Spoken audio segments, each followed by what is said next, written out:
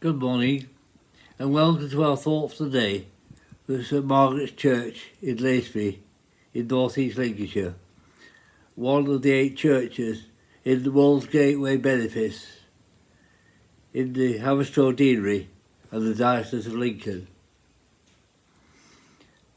Our thought for the day is Call to Worship, the bells ring out. Over the past few weeks, we've heard thoughts about people who have been called to service in our church and village as rectors or church wardens. Indeed, just 2 or 3 weeks ago, I talked about John Whitgift, who was called to serve here as rector in the 1500s and who went on to greater service in both the Church of England and the country as Archbishop of Canterbury. Today I want to talk about how we are called to worship. What is calling us to worship every Sunday, a holy day? Well, when times are normal, we are usually called to service by the sound of the church bells, rarely seen but often heard prior to all our services. Now, bells have a lot of connections in both religious and secular settings. Who amongst you can remember the cries of the bells by Quasimodo, the Hunchback of Notre Dame, either from the 1831 book by Victor Hugo, or especially from the 1939 film starring Charles Lawton in the title role.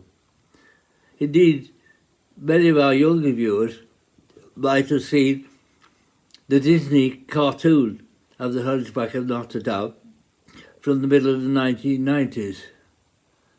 Last year, of course, we saw on TV the horrendous fire in the tower of the Notre Dame Cathedral in Paris, where the film was shot. Fortunately, the bells were undamaged. But you couldn't see the same for the tower roof and indeed the whole of the nave church roof of the whole cathedral. However, back to home. What about the bells of St Margaret's? No, I'm not talking about the bells of St Trinian's, which are heard but not seen. The bells of St Margaret's are rarely seen. You have to climb right up into the top of the tower to look at them. As I said, they're heard but not seen, which is just the opposite of the old family edict in my youth, which was the reverse, to be seen and not heard. In other words, keep quiet. Well, we have 6 bells in total in Laceby, 1 Sanctus bell and 5 ringing bells. They range in age from over 500 years old to a mere 92 years old. Let's look at them in a bit more detail. First, the Sanctus bell, which is of a flattened shape. It was hung sometime in the 15th century, according to Thomas North's book, The Bells of Lincolnshire. Today, it's fondly referred to as the pancake bell, because it was generally struck on Shrove Tuesday, the day before the start of Lent, to let, by tradition, the men in the fields know that their wives were about to make pancakes. The same bell was used in the early 19th century to summon pupils to the National School, which at that time was in the cottage which we all know as Joe Horn's cottage, opposite the church gate. The bell itself has a lip diameter of 17.5 inches, approximately 50 centimetres. Of the ringing bells, the oldest was cast in 1400 about. It has an inscription cast into the face, which in my weak Latin says, Ista Campara fit honora sancti Augustino, which translates, this bell is made in honour of St. Augustine. It has a lip diameter of 38.5 inches, approximately 98 centimetres, and weighs about 500 kilograms. It's more than double the size of the Sanctus bell in weight. The second oldest bell, again made pre-Reformation, came to the church in 1667, according to the church warden's accounts for that year, which stated, William Kerman laid out for a bell bought at Harvey for £12 8 shillings. It has an inscription as well on it, which says, Mary of Harvey, of us have mercy. It's slightly smaller than the previous oldest bell, at 34 inches in diameter, weighing about 406 kilos.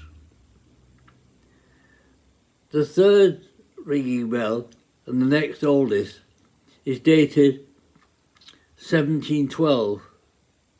It's called a tenor bell. Its inscription reads, Soli Deo Gloria Pax Hominibus, which translates to God, glory to God, peace to men. This is the largest bell of the whole ringing set, at 40.5 inches in diameter, and it weighs 610 kilos. In 1895, the wooden bell frame collapsed, fortunately without damaging the existing bells. Canon Knight, who was the rector at that time, raised a public subscription to fund the replacement steel frame, which incidentally is still in use today. Indeed, it was overhauled about 4 or 5 years ago. Several parts of it were renewed and it was repainted. Also at that time, Canon Knight purchased a new bell in memory of his brother. It is about 3/4 the size of the previous bell at 31 inches. It weighs 305 kilos. The youngest bell was cast in 1928 and it's called the treble bell. It's the smallest of the ringing bells at 28 inches in diameter and only weighing 285 kilograms. It was bought with a bequest from gentleman Mr. Charles Ranard. A unique feature in the ringing room in the tower at St Margaret's is a chiming apparatus which enables one person to chime all ringing bells using clappers permanently fixed to the bell frame next to each bell and operated by a separate set of ropes. Bells for all ages have called worshippers to services not only in Laceby but throughout the land. Indeed, Bishop Hugo Latimer, the preceding Bishop of Worcester to our John Whitgift, wrote in 1552, if all the bells in England were rung at the same time, there would scarcely be a place where a bell could not be heard. So let us hope that when normal times return, The bells of Laceby will ring out regularly and call us to worship God and to give thanks for our many blessings. Ding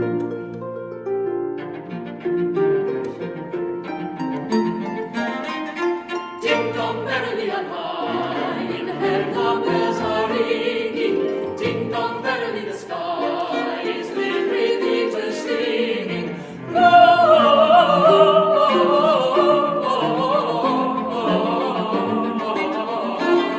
Hosanna in excelsis. Gloria,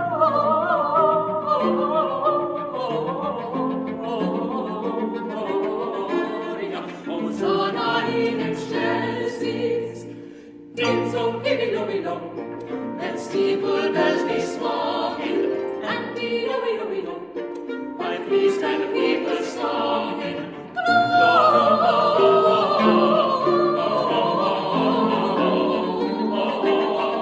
Gloria, Hosanna in excelsis.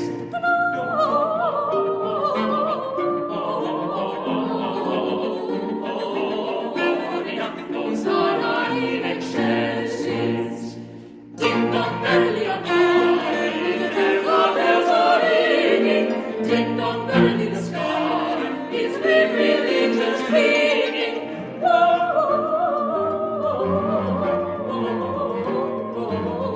Gloria, Hosanna in excelsis.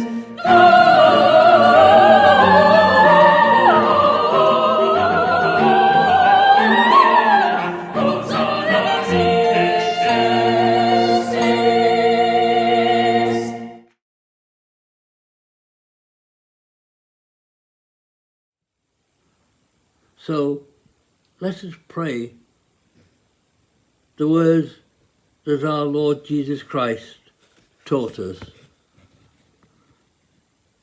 Our Father, which art in heaven, hallowed be thy name. Thy kingdom come, thy will be done, in earth as it is in heaven. Give us this day our daily bread, and forgive us our trespasses, as we forgive those that trespass against us.